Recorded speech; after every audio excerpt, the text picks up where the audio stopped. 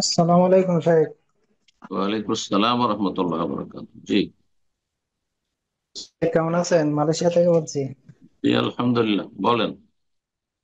মাশাআল্লাহ, বলেন। শাহেদ, আমার প্রশ্ন হলো বাংলাদেশের জোরে বর্তমান প্রেক্ষাপটে জোরে বলেন, জোরে আমার বলেন। শাহেদ, আমার শরীয়তের মশলা, শরীয়তের মশলা মানে রাজনীতি ফাজনীতি না। হ্যাঁ। ভোট দেওয়া জায়েজ কিনা, এটা আমার প্রশ্ন আর কি। কি? আপনার এই যে ভোট দেওয়া জি, জি, ভালো ভালো দলকে ক্ষমতায় আনার জন্য আর কি, ভালো দলকে। কোনো ভালো দল নাই। গণতন্ত্র মানে হচ্ছে ইসলাম বিরোধী মতবাদ।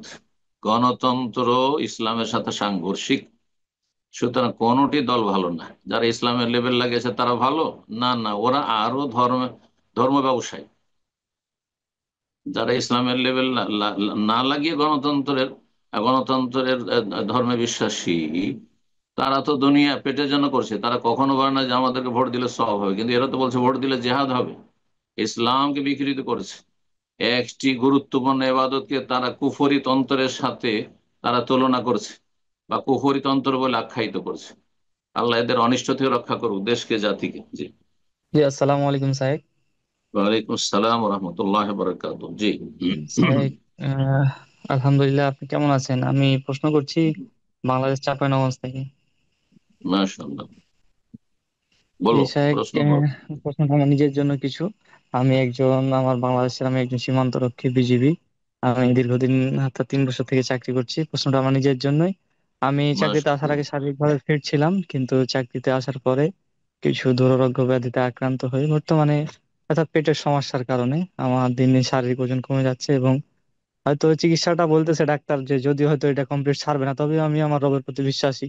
এরকম আমি দুরারোগ্য ব্যাধিতে আক্রান্ত হয়েছি, কিন্তু আমার রব আমাকে সেখান থেকে একবারে পূর্ণ সুস্থতা দান করছেন। তো শারীরিক ওজন কমে যায়, অনেক দুর্বল হয়ে যায়। আমি অনেক প্রশাসনিক কাজে এবং অনেক অপারেশনাল কাজে আমি যখন মানে আমার ব্যাটসম্যানের সাথে আমি পেরে উঠি না, তখন আমি লজ্জিত হই এবং অপমানিত হই। এবং এটা তো আমার কর্মজীবন, এটা আমাকে চালিয়ে যেতে হবে। এই জন্য আমাকে কিছু নসিহা করুন। আল্লাহ যেন এখান থেকে আমাকে কিছুটা শক্তিশালী করে এবং অপমান থেকে এবং লজ্জিত হওয়া থেকে যেন আমি বেরিয়ে আসতে পারি। শাহেদ। প্রথম কথা, আল্লাহ রাব্বুল আলমিনের পরীক্ষা যেমন সুখ শান্তি দিয়ে হয়, দুনিয়ার সুখের সামগ্রী দিয়ে হয়, তেমনি অসুখ বিসুখ বালা মুসিবত দিয়ে আল্লাহর পরীক্ষা হয়। হ্যাঁ, তো এই পরীক্ষায় আপনাকে সফল হইতে হবে। প্রথম কথা, তকদিরের উপর সন্তুষ্টি প্রকাশ করতে হবে যে আল্লাহ, তোমার যে ফায়সালা তাতে আমি সন্তুষ্ট, কোনো অভিযোগ নেই তোমার বিরুদ্ধে। এবং আমি এতে কোন রকমের নিরাশ হয়ে যায় না, তোমার রহমত থেকে নিরাশ হয়ে যায় না। আল্লাহ রহমত থেকে নিরাশ হবেন না। তারপরে আল্লাহ রাব্বুল আলামিন সম্পর্কে সুধারণা রাখবেন যে আল্লাহ যিনি রোগ দিয়েছেন তিনি আমাকে শেফা দিবেন। ওয়াইদা মারিলতু ফাহুয়া ইয়াশফি। যখন আমি অসুস্থ হয়ে যাই তখন সেই আল্লাহ শেফা দান করেন। এটি কোরআন কারীমের কথা, আম্বিয়া রাসূলগণের কথা।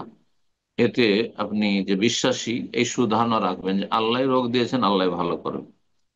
তারপরে আপনাকে বলবো যে আল্লাহর কাছে খুব অন্তর থেকে দোয়া করবেন। যেই সময়গুলোতে, যে মুহূর্তগুলোতে দোয়া কবুলের চান্স বেশি রয়েছে, আজান একামতের মাঝখানে, সেজদায়, রাতের শেষ তৃতীয় অংশে, জুমার দিন আসর পরে, জুমার দিন খতিব যখন প্রথম খুতবা দিয়ে বসবে একটু, এই সময়গুলিতে, এইরকম যে কোনো সময়। তারপরে দান সাদকা, বালা মুসিবত হলে দান সাদকা করবেন, আল্লাহর কাছে দোয়া করেন।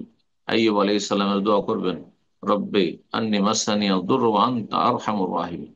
হে রব, হ্যাঁ, আমাকে অসুস্থতা স্পর্শ করেছে, আমি অসুস্থ হয়ে পড়েছি, তুমি আরহামুর রাহিমিন, তুমি সবচেয়ে বড় দয়ালু, তোমার মতো দয়ালু কেউ নেই। আল্লাহ, তুমি আমাকে ভালো করে দাও। রবের কাছে দোয়া করেন।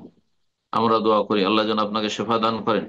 আপনার দ্বারা আহ, আপনার হালাল রুজি, এবং আপনার পরিবার, এবং আপনার আত্মীয় স্বজন, আপনার দেশ, আপনার জাতি, আর যেই চাকরিতে আপনি বহাল আছেন, আল্লাহ আপনার দ্বারা যেন ভালো কাজ নেন, এবং মন্দ জায়গা থেকে, মন্দ কাজ থেকে আল্লাহ যেন বাঁচিয়ে রাখেন। নেক হায়াত যে আল্লাহ শাহেদ, দান। এটা আমি আমাদের সীমান্তরক্ষী বাহিনী হিসেবে যে করতে চাই, যেটা হাদিসে বর্ণিত আছে যে আমরা সীমান্তরক্ষী বাহিনী হিসেবে আমরা রাত্রে যে সীমান্ত পাহারায় থাকি, এটা কি আমাদের ইবাদতের সমতুল্য? অর্থাৎ এভাবে যে হাজার মাসের তুলনায় উত্তম হ্যাঁ, যদি লাইলাতুল কদর খুলুসিয়াত থাকে, এরকম। নিয়তে যদি খুলুসিয়াত থাকে, তো এটি বড়ই সওয়াবের কাজ, বড়ই সওয়াবের কাজ। এটি হচ্ছে রেবাত, রেবাত মানে আল্লাহর রাস্তায় পাহারা দেওয়া। আপনি ইসলাম মুসলিমের হেফাজতের জন্য, দেশের হেফাজতের জন্য বৃহৎ স্বার্থে, আপনি আপনার স্বার্থ নাই, বরং আপনার বৃহৎ স্বার্থ হচ্ছে এই যে আমি এই আমানত যে দায়িত্ব নিয়েছি, আমানত যথাযথ আদায় করব, তাহলে ইনশাআল্লাহ আল্লাহ এর ওপর বড় সওয়াব দেবেন ইনশাআল্লাহ। হ্যাঁ, জি, জিহাদের মতো সওয়াব দেবেন। বারাকাল্লাহ। জিহাদের রাস্তায় যেমন পাহারা দেয় মানুষ, ঠিক ওই রকম। জি, আসসালামু আলাইকুম রহমতুল্লাহ। ওয়ালাইকুম আসসালাম রহমতুল্লাহ বরকাতুহু। জি, বিষয়টা আমি সিলেট বাংলা, বলেন কোথা থেকে? সিলেট বাংলাদেশ। আচ্ছা, বলেন। আমার প্রশ্ন হচ্ছে সে যে সালাতের আউয়াল ওয়াক্ত নিয়ে।